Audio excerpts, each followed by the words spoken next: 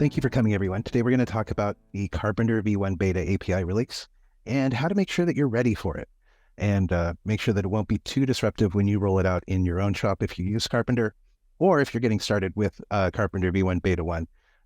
We'll be looking at some of the common pitfalls that you can fall into and how to identify those and catch those. So I'd like to start out with a poll. How many folks out there are using Karpenter? Do we have like Karpenter veterans here with us? Do we have new Karpenter users? Do we have folks on alpha or the beta? Yeah. Karpenter is a very exciting product. It is the newest member of the arsenal to maintain cluster scale and to scale up as needed. What Karpenter focuses on is horizontal cluster scaling. So as your resource needs increase, it's able to add more nodes into the pool. And as they decrease, it's able to remove nodes. Because I see that many people are not yet Karpenter users. So I want to make sure that we're all grounded in, what it does. Thank you for participating in the poll. Here are our results. And no further ado, let's get into it. So we have a whole bunch of different things to discuss. We're talking about really a roll-up of the upgrades that have been released during like the last half of last year and this year. So a large part of it is the upgrade from 0.31 to 0.32 and the release of the alpha, the beta to supersede the alpha. But there are a number of other changes that happened during that time that I want to make sure everyone's aware of, and make sure that people don't fall into the pitfalls that are available from this change, some of which we fell into, I'm sad to admit. So probably the biggest change and definitely the biggest heartache for us has been Karpenter is now creating roles, right? So previously Karpenter would not create roles or would not create instance profiles for your instances, but rather it would demand that you have a pre-existing instance profile that it is given the name of, that it would then attach that instance profile to your instance. Now, the new behavior is that instead of doing that, what Karpenter is able to do is create your instance profiles for you. And because of that, it's able to create them in a way that keeps them very consistent and monitors for drift. And perhaps more importantly, it's able to make sure that the instance profile only exists during the life cycle of the instance and keep unnecessary items from floating around in your IAM by removing them when the instance is done, and managing garbage collection. This is really kind of a huge difference because how this is implemented in the API is that there is a new field for role, and the instance profile field went away. And so what that means is if you have not modified your node pools and node classes to match the new specification, they won't work correctly. And then in addition to that, you'll need to have a number of changes in your IAM role that Karpenter is using. But we find that it makes everything a lot easier to manage. And it enhances security by keeping the instance profiles constrained to only in use when there is a node using them. So I mentioned there's a new IAM policy. You need to make sure that you have all of these new policies available for your controller. I guess before I move on, I want to ask if there's any questions about the previous section. I see there's none have been listed so far. Great, but as we go along, feel free to put questions into the Q&A section in Zoom. Now we have a number of IAM requirements for the controller. These are listed here. And the way the Karpenter controller works is what Amazon refers to as attribute-based access control. And to interact with IAM, what we do is Karpenter and you, the operator, will tag the features that Karpenter is allowed to use with appropriate tags. Usually it's the karpenter.sh/discovery tag, but there are several tags. And so we need to be able to create an instance profile as well as tag it so that it'll be available for our attribute-based access control, and then manage the life cycle of that instance profile. And so all of these need to be added and generally scoped. It's made pretty clear in the documentation how to scope them.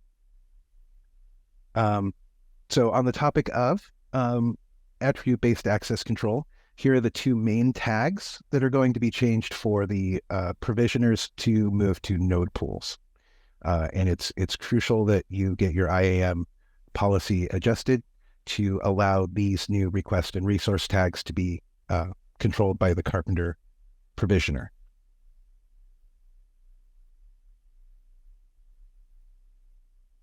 Okay, so we have a new API object, and that is the new EC2 node class. Previously, we used an AWS node template, and this is essentially the same thing, except as I mentioned, we've replaced the instance profile key with a new role key. We now must identify the AMI family that's being launched, where previous behavior, and this is very important as you're moving forward, previous behavior is that Karpenter would put in implied defaults, like sensible defaults, they like to call it, where it would just accept C, M, and R instance types for any given node group. But now we need you to explicitly specify that. Now, if you use the Karpenter convert tool, which we will discuss in a bit, that should manage that for you and add those in. But if you find yourself with nodes not launching, that's definitely a place to look. The other big change is that our subnet and security group and AMI selectors before, they allowed you to specify one type of filter and then several terms for that filter. So for instance, you could say we are filtering by IDs, and here are the different terms for ID that we will accept. The new implementation actually allows you to have each key have a separate type. So you can say, I'm looking for ID 12345 or tag, Karpenter.sh/discovery. And that allows a lot more flexibility as far as selecting your security groups and your subnets and your AMIs.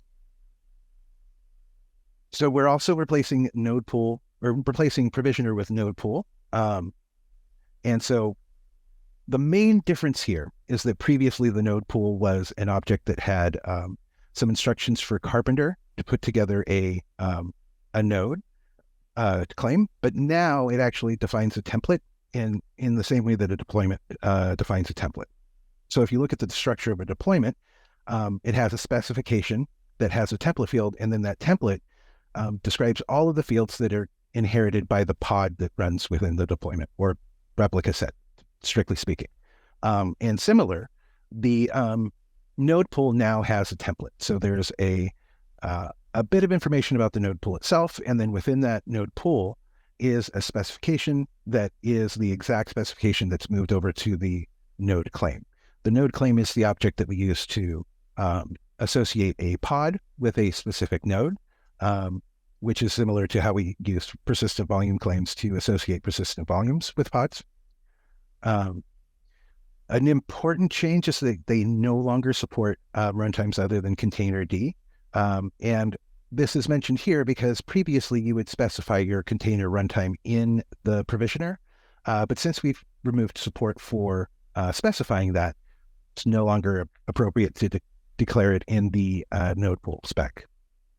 Now, spec provider is now a top level node class ref, which means that you can have, by provider, what that means is what the cloud provider is. So you're able to specify which type of node class you're working with, if you're working with like a GKE or an AWS node class. We have an entirely new concept of disruption as well. And so the way disruption works is that anything that could result in Karpenter removing a node is controlled under the disruption budget. And so that includes both consolidation, which is the feature where Karpenter is able to detect underutilized or unutilized nodes and remove them. And it's also for the time to live. So Karpenter is capable of setting an expiration date for the nodes to make sure that they don't get out of requirements. If you have security requirements that insist that nodes be using an operating system that was made within a certain time period, you can ensure the nodes will be gracefully terminated and removed from the cluster before that time limit is reached. and replaced with new nodes that have the new AMI. And we do need to identify spec requirements, which is going to identify the topology constraints for the node, and if we have any sort of GPU or other requirements. Moving forward, I want to talk about safe rollover, because primarily the purpose of our discussion here is to prepare folks to move from the earlier version of Karpenter to the new version of Karpenter, or from non-Karpenter to Karpenter. And so I really want to make sure that everyone knows how to manage disruption. So the key to managing disruption is a pod disruption budget. And talking about that is probably a little bit outside of scope, but the documentation is extremely clear. The general idea is that you identify your deployments by tag or label and use that to define an amount that the current number of running pods is allowed to deviate from the scale of the service, and then the pod disruption budget will refuse evictions if that threshold is not met. But we can also mark the nodes and node pools in Karpenter to prevent the node itself from being removed if you need that for whatever reason. And then there are similar annotations available for pods. Another important topic to talk about is drift detection. This one kind of bit us a little bit as well. So when with previous versions of Karpenter prior to 0.33, there was no drift detection. And what that means is that if you create a node pool, then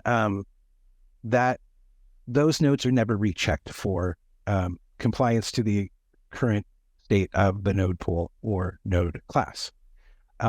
So drift detection means that Karpenter will now be checking for that. So what that means is that, for instance, if you publish a new AMI, or if you're using the default AMIs and a new default AMI is published, drift detection will detect that your nodes have become out of compliance because they're no longer on the latest AMI, and then they will be deleted and replaced. So it's important to know about that so that you can either turn it off or ensure that you're managing your drift appropriately. Like an obvious example is for that AMI scenario, what you could do is instead of tagging for the latest or using tags in general, you could select a specific AMI, or you could have other parameters that help you prevent unexpected drift. It's important to point out that drift detection and really any of the disruptions that are done by Karpenter is subject to pod disruption budgets. So even if you do have a drift event, Karpenter will not remove nodes that are still being used by pods that are not within the budget. It's also important to point out that we're not talking about all drift. What we're talking about is drift that invalidates the node claim. So for instance, if the node claim has 4 security groups that are allowed to be on the node, and the node has 3 of them, but then the node claim gets edited, or the node class gets edited to remove one of those security groups. If the 3 security groups that are on the node are still the 3 that are on the node pool, then that node is fine. Only if the one that's removed is also one of the ones that's on the node will it be drained and deleted. And as I mentioned, these new AMIs can publish when Amazon publishes a new AMI, it can very easily invalidate your node claims if it doesn't match the tags that you set up already, and delete your nodes, which is, can be disruptive. Again, the key for that is the pod disruption budget. Okay, so previous versions of Karpenter use what's called an admission webhook. And what an admission webhook is that it's a configuration in Karpenter where we tell the API server that if an object is going to be created, that it must ask the registered service with the webhook if it's acceptable, and if it's not, then it will not add it. And so this is used to enforce requirements. Like in particular, if you have a required field, like instance profile field, the webhook would call Karpenter give it the object. Karpenter would look for that field in the object, and if it didn't find it, it would respond to the API server that this cannot be admitted, and the API server would refuse to admit it. That's now gone. So we're using what we call the common expression language in Kubernetes. And what that means is that there's ways to define specifically for the API server directly what fields are required, what fields are immutable, and other key information. And because of that, we don't use the webhooks anymore. We don't use the admission webhooks because Kubernetes is self-validating that information. However, CEL joined the API server at version 1.25. So definitely make sure you're running that version or later if you want to use that feature. Really, just definitely make sure you're using that version or later. All right, so that covers most of the topics that I have prepared.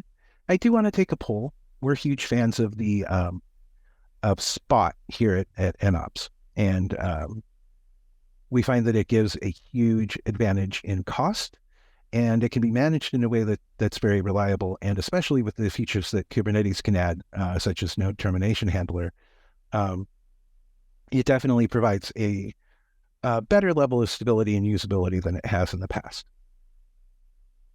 And again, I'll leave this poll open for about 1 minute.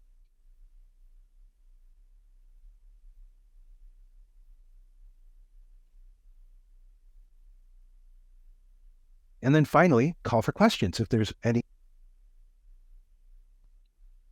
questions, please go ahead and put those in the Q&A. I'm happy to help out with that. All right, it looks like Spot is pretty popular with this crowd. Almost everyone is using it.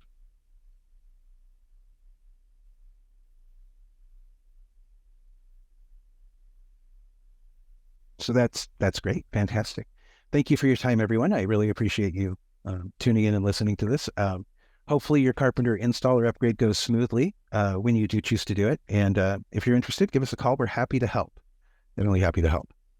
And we're also going to be sending out an email with that is an instructional video of the actual upgrade steps during the next week to your email, so that you can watch the process and see more details about pod disruption budgets and how they can be used to manage the drain process. In fact, it goes through the entire drain, and you can see different services drain at different rates.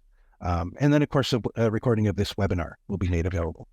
Awesome. Thank you, everybody. Have a great day.